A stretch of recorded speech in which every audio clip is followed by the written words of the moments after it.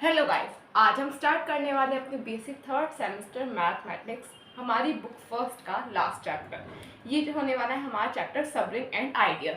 इससे पहले हमने चैप्टर पढ़ा था हमारा रिंग्स। ये इस बुक का हमारा लास्ट चैप्टर होने वाला है। इसके बाद हमारी ये बुक हो जाएगी खत्म।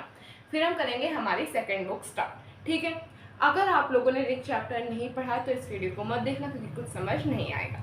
रिंग और सब रिंग एंड आइडियल्स एकदम इंटीग्रेटेड चैप्टर है। अगर वो नहीं पढ़ा है तो ये नहीं होने का। ठीक है, सबसे पहले आप लोगों ने ग्रुप पढ़ा है ग्रुप में और सब ग्रुप।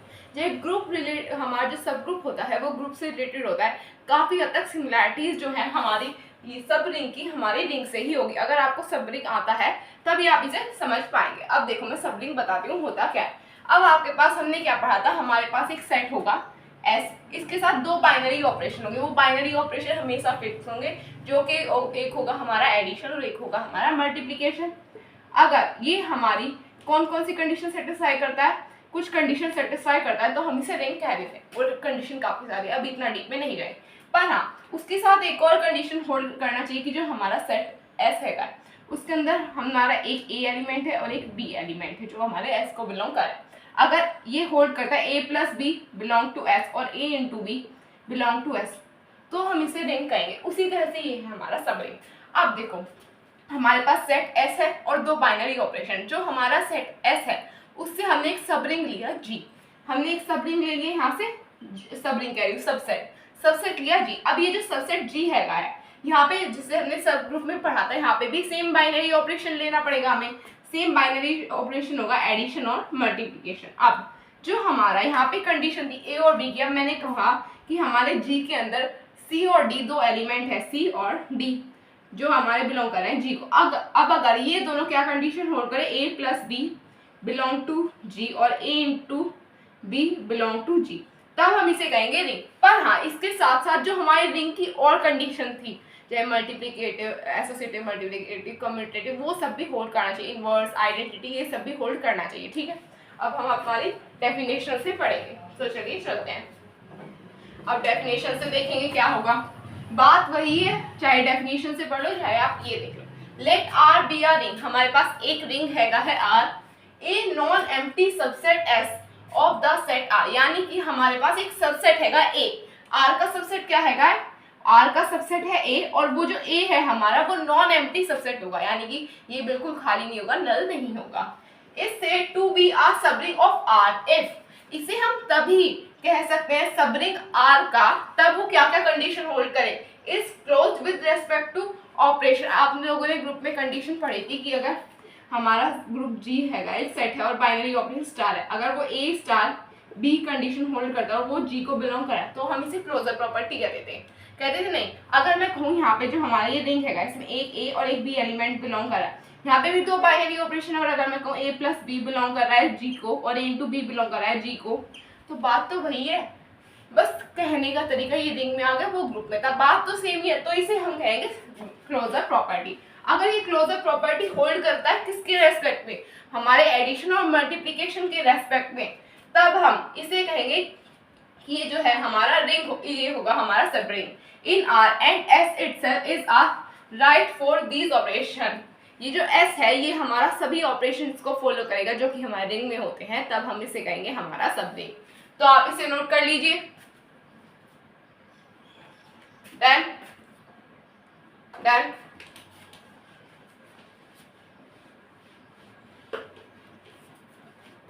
अब हम यहाँ पे हमारी एक थ्योरम पढ़ने वाले जो कि बिल्कुल ही रिलेटेड होगी। अभी आपने जो कंडीशन पढ़ी है क्लोजर प्रॉपर्टी ए प्लस बी और ए इंटू बी, यानी कि ए डॉट बी से मल्टीप्लाई कहते हैं, उसी से रिलेटेड अभी हम एक थ्योरम करेंगे जो एग्जाम प्रोस्पेक्टिव से इंपॉर्टेंट होगी।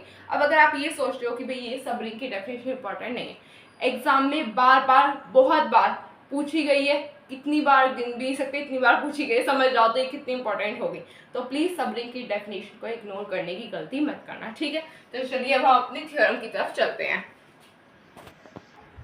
तो गाइस ये होने वाली है हमारी थ्योरम। थ्योरम क्या है, अब देखो इसमें हमारे यहाँ पे वर्ड आए नेसेसरी एंड सफिशिएंट कंडीशन। इनका आपको यूज समझ में आएगा जब हम थ्योरम करते रहेंगे। वैसे बेसिकली अगर आपने अभी तक अच्छे से भी एक पढ़ाई की है, नेसेसरी और सफिशिएंट कंडीशन का मतलब आप अभी तक समझ चुके होंगे। तो ये एक तरह से आपके लिए टास्क भी है, आपको वैसे समझ आ जाएगा क्वेश्चन करते करते, बट वो एक टास्क भी होगा। The necessary and sufficient condition for non empty subset S of a ring R, यानी कि हमारे पास एक रिंग है और रिंग का सबसेट यानी कि सब रिंग भी कह सकते हैं एक तरह से एस, जो कि सब रिंग होगा एस, टू बी आ सब रिंग ऑफ आर। अगर ये इसमें ही कहा गया कि अगर जो हमारा आर का सब रिंग एस है तो वो क्या क्या कंडीशन होल्ड करेगा, क्या क्या कंडीशन हमें उसके लिए प्रूव करके दिखानी होगी। तो हमारे यहाँ पे एक एलिमेंट बिलोंग कर रहा है एस, एक एलिमेंट ए बिलोंग कर रहा है एस को और बी एलिमेंट बिलोंग कर रहा है एस को। तो यहाँ पे अगर हम a माइनस बी करें तो वो भी हमारा s को बिलोंग करना चाहिए। जैसे कि हमारा a प्लस बी था, यहाँ वो भी s को बिलोंग कर चाहिए और a b था वो भी s को बिलोंग करना चाहिए। ये इसी तरह की कंडीशन है, आपको काफी हद तक वही चीज प्रूव करके दिखाने, बट हाँ मेथड थोड़ा सा चेंज हो जाएगा। तो चलिए चलते हैं।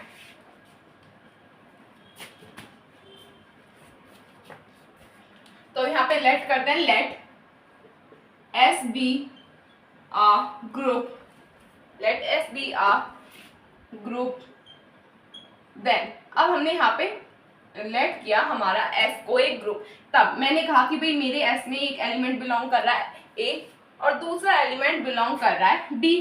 मैं कह सकती हूँ भाई कुछ ना कुछ एलिमेंट तो होंगे ही ना, इफ यहाँ पे लिखना है। अब अगर ये दोनों एलिमेंट बिलोंग है तो मैंने दो और एलिमेंट मान सकती हूँ नहीं, या फिर देन लिख दो देन। अब अगर हमारा ए बिलोंग कर रहा है एस को तो क्या हम कह सकते हैं, हमने एक प्रॉपर्टी पढ़ी थी कि अगर कोई हमारा एस ग्रुप है तो वो उसके अंदर उसका इनवर्स एलिमेंट एग्जिस्ट करेगा। ये कंडीशन थी या नहीं थी, एग्जिस्टेंस ऑफ आइडेंटिटी और एग्जिस्टेंस ऑफ इनवर्स, ये दो प्रॉपर्टी पढ़ी थी। तो क्या हम यहाँ पे कह सकते हैं जब हमारा बी एग्जिस्ट कर रहा होगा तो यहाँ पे इसका इनवर्स माइनस बी भी बिलोंग कर रहा होगा, इसको कर रहा होगा नहीं कर रहा, और ये तो बिलोंग कर रहा है ही रहा है, तो ए लिख दिया हमने एज इट इज, क्योंकि इनका यूज होगा, क्योंकि यहाँ पे a माइनस बी दे रखा है तो आपको माइनस के अकॉर्डिंग ही लेकर चलना पड़ेगा उसे, ये आपको करना ही पड़ेगा। we now show that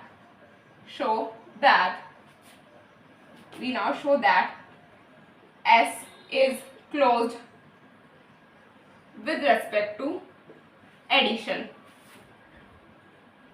अब हमने यहाँ पे ये बात क्यों लिखी, S is closed with respect to addition। अब हमने प्रॉपर्टी पढ़ी थी a प्लस बी, वो a प्लस बी या फिर a स्टार b कह दो या a प्लस बी कह दो। a प्लस बी कब होगा, जब हमारा a और b दोनों ही पॉजिटिव होंगे। अब मैं कहूँ a तो भाई मेरा पॉजिटिव नहीं है, a मेरा तो नेगेटिव है, a नहीं b मेरा नेगेटिव एलिमेंट है, तो क्या हम यहाँ पे ऐसे लिखे a प्लस माइनस बी, क्योंकि b मेरा एक negative set negative element belong कर रहा है हमारे सेट को, तो क्या हम ये लिखेंगे तो यहाँ पे हमारा a माइनस बी आ जाएगा।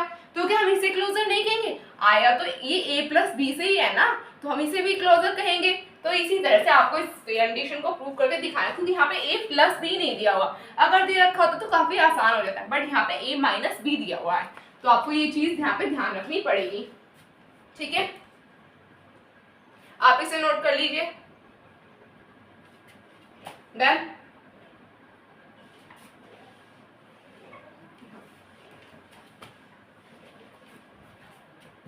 then if अब अभी मैंने यहाँ पे कंडीशन लिखी थी ये वाली, then if a belong to s and minus b belong to s। अभी जो मैंने आपको बात बताई थी प्लस वाली, वही यहाँ पे बात एक तरह से रिपीट होनी है। हमने क्या पढ़ा, a प्लस बी किसको बिलोंग करेगा, सब रिंग में, ये कंडीशन हमने पढ़ी, पर यहाँ पे हमारा b जो है वो पॉजिटिव नहीं है, नेगेटिव एलिमेंट है, तो हम यहाँ पे नेगेटिव लेना पड़ेगा, मतलब एलिमेंट नेगेटिव लेना पड़ेगा, ना कि ये साइन। ये बात याद रखना कि कुछ बच्चे कंफ्यूज हो जाते हैं कि भाई साइन तो नहीं लेना, साइन नेगेटिव नहीं लेना, हमने अपना नेगेटिव एलिमेंट लिया। अब ऐसा तो है नहीं सारे ही पॉजिटिव एलिमेंट एग्जिस्ट कर रहे होंगे, कुछ नेगेटिव एलिमेंट भी होंगे हमारे सेट में। तो यहाँ पर हम लिख सकते हैं a plus minus B belong to s, a minus B belong कर रहा होगा हमारे s को, तो हम लिख सकते हैं नहीं। तो अब हमें आगे फिर से यहाँ पे हमने कंडीशन प्रूव करके दिखा दिया, हमें दोबारा से क्या प्रूव करके दिखाना होगा कि जो हमारा again S is closed with respect to multiplication। ठीक है, अब हमें ये प्रूव करके दिखाना होगा। ठीक है, ये प्रूव कर चुके हैं सर, दिखाना नहीं होगा। अब देखो, अब अगर हमारे पास if a belong to s और b belong to s है, then क्या हम कह सकते हैं हमारा a भी बिलोंग कर रहा है, क्योंकि ये कंडीशन हमने सब रिंग में पढ़ी है। इन्होंने हमें ग्रुप के प्रोस्पेक्टिव से कहा है कि अगर ये सॉरी अगर ये हमारा S जो है वो सब रिंग होगा तो ये कंडीशन होल्ड करेगा। हम ऑलरेडी पढ़ के आए कि ये सब रिंग की कंडीशन होती है, तो हमें प्रूव करने की जरूरत है, बट हाँ हमें उस पर्सपेक्टिव से प्रूव करके दिखाना होगा कि हाँ ये हमें सब रिंग के लिए प्रूव करके दिखाया। समझ गए बात? ठीक है, तो अब यहाँ पे हो गया हैंस। यहाँ पे अब हम लिखेंगे hence the condition is, hence the condition is necessary. ये हमारी नेसेसरी कंडीशन हो गई। अब हमारी नेसेसरी कंडीशन का काम हो चुका है खत्म। अब यहाँ पे चलेंगे हम सफिशिएंट कंडीशन की तरफ। तो चलिए चलते हैं। The sufficient condition, the sufficient condition. ठीक है, अब हम चलेंगे हमारी सफिशिएंट कंडीशन की तरफ। अब यहाँ पे हमें लेट करना होगा, late S be any non-empty subset, let S be any non-empty subset of R।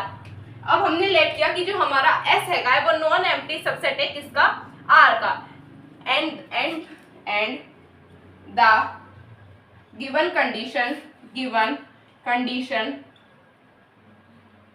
हमारे पास गिवन कंडीशन कौन सी थी? हमारी कंडीशन फर्स्ट और सेकंड, जहाँ पे हमने A माइनस बी बिलोंग कर रहा था हमारा S को, A भी बिलोंग कर रहा था हमारा S को। ये जो है हमारी सफिशिएंट कंडीशन है।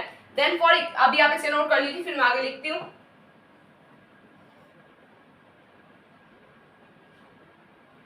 डन, यहाँ पे लिखेंगे हम are the sufficient condition are the satisfied condition for the equation, satisfied condition, then the equation, then the equation। ये जो कंडीशन थी हमारी फर्स्ट और सेकंड, ये हमने नेसेसरी कंडीशन में प्रूव कर चुके हैं।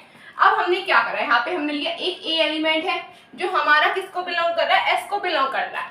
अब हमने दोबारा से एक A एलिमेंट लिया जो कि किसको बिलोंग कर रहा है? S को। अब हमने क्या पढ़ा था कि हमारा A माइनस बी किसको बिलोंग करेगा? S को करेगा। यहाँ पे हमने दो एलिमेंट सेम लिए, तो क्या हम यहाँ पे लिख सकते हैं कि जो हमारा A माइनस ए होगा, अब यहाँ पे A माइनस बी पढ़ा है हमने, बट यहाँ पे हमने B को किससे रिप्लेस कर दिया? A से। तो यहाँ पे A माइनस ए किसको बिलोंग कर रहा होगा? S को।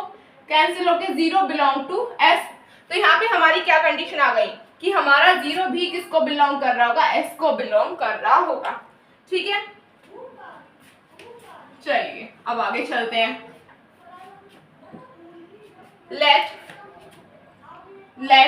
0 बिलोंग टू S और हमारा A भी बिलोंग कर रहा होगा S को। यहाँ पे हमने कंडीशन ले ली। अब हमने 0 तो प्रूव करके दिखा चुके हैं ना कि हमने हमारा ये S को बिलोंग कर रहा होगा, तो हमने यहाँ पे ले लिया। देन फ्रॉम इक्वेशन 1,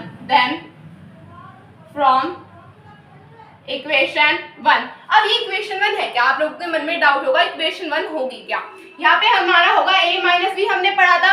अब ये A माइनस बी वाली जो कंडीशन जो बिलोंग कर रही थी S को, यही हमारी इक्वेशन 1 होगी। तो ये कंफ्यूज मत होना कि इक्वेशन 1, 2 ये कौन सी इक्वेशन है। ठीक है, अब यहाँ पे हमारा A की जगह तो 0 होगा और B की जगह होगा हमारा A।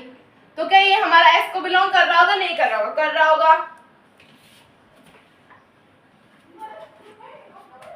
Each element of S, तो यहाँ पे हम लिख सकते हैं बिलोंग कर रहा होगा। Then each element of S, each element of S, then each element of S possess its inverse, possess its inverse, wait for a second। अब हमने यहाँ पे क्या प्रूव करके दिखा था कि हमारे हर एक एलिमेंट का इनवर्स एग्जिस्ट कर रहा होगा। तो अब हम यहाँ पे क्या लेट कर सकते हैं? Let A and B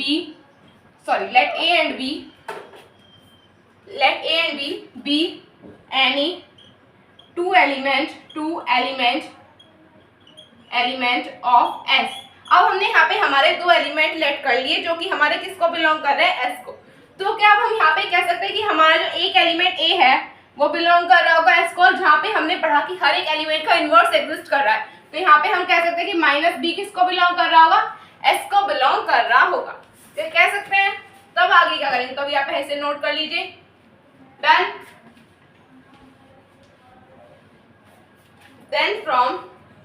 then from equation first में हमने क्या पढ़ा था, इक्वेशन फर्स्ट में हमने हमारी कंडीशन थी a माइनस बी बिलोंग कर रहा है, इसको यही कंडीशन थी। बट अब यहाँ पे मैंने स्टार्टिंग में कहा था ये जितने भी चेंजेस आ रहे हैं साइन में नहीं आ रहे, वैल्यू में आ रहे। अब देखो यहाँ पे हमने माइनस बी लिया, तो a तो हमारा a है ही, ये माइनस आ गया। अब जो ये हमारा माइनस बी है, ये b को रिप्लेस कर रहा है, ना कि माइनस की किसी चीज को। तो यहाँ पे माइनस बी आ जाएगा जो बिलोंग कर रहा होगा s को।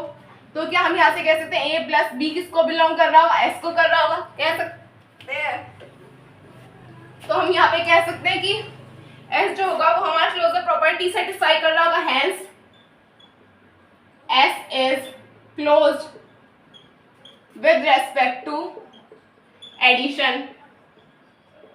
जो हमारा s होगा वो क्लोजर होगा किसके रेस्पेक्ट में, एडिशन के रेस्पेक्ट में। Now S is a subset of S. Now S is a subset of R. Then associative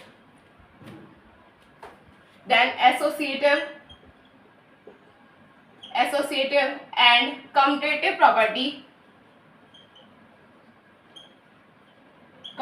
property must hold. जो हमारा ये होगा ये कम्यूटेटिव और एसोसिएटिव प्रॉपर्टी जरूर होल्ड कर रहा होगा। मस्ट होल्ड इन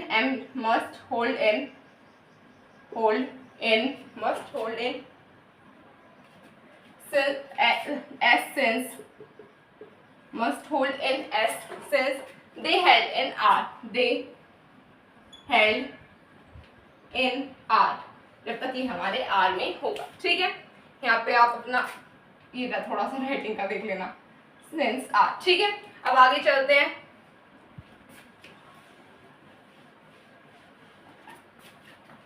तो अब हम यहाँ पे कह सकते हैं कि जो हमारी कंडीशन है एस, जो हमारा सेट था और एडिशन की जो कंडीशन थी कि ये हमारी एबिलियन ग्रुप होगी, इज आ एबिलियन ग्रुप, ये होगी हमारी एबिलियन ग्रुप। तो यहाँ तक कितनी बात समझ में आ चुकी होगी।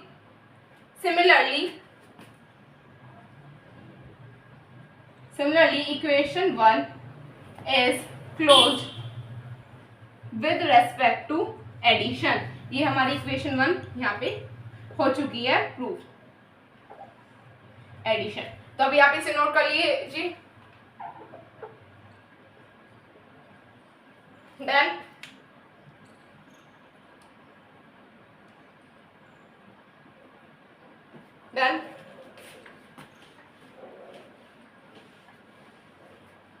यहाँ पे आ जाएगा हमारा associative of multiplication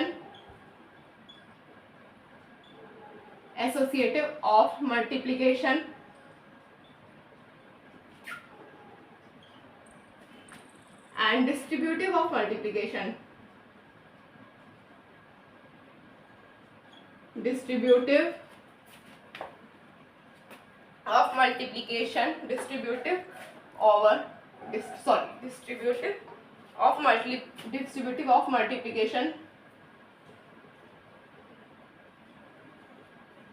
over addition। यहाँ पे हमारा जो प्रूफ करने का काम है ना वो सब ऑलरेडी खत्म हो चुका है। अब सिर्फ और सिर्फ यहाँ पे हम कंडीशन लिख रहे हैं, मतलब स्टेटमेंट लिख रहे हैं। मस्ट होल्ड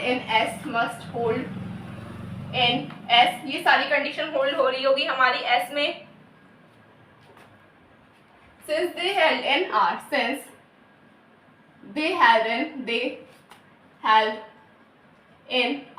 तो यहाँ पे अब हमारा लास्ट स्टेटमेंट बचा हुआ है। Hence H is subgroup of R, hence S is subring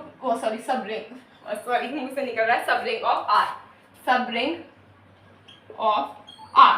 तो आप इसे नोट कर लीजिए, यहाँ तक आपका हो चुका है प्रूफ। ये हमारी थ्योरम एग्जाम प्रोस्पेक्टिव से काफी इंपॉर्टेंट है, तो ये मत सोचना कि भाई नहीं ये तो बहुत लंबी है छोड़ दे, बहुत इंपॉर्टेंट थ्योरम है, तो इसे अच्छे से कर लेना आप लोग। देन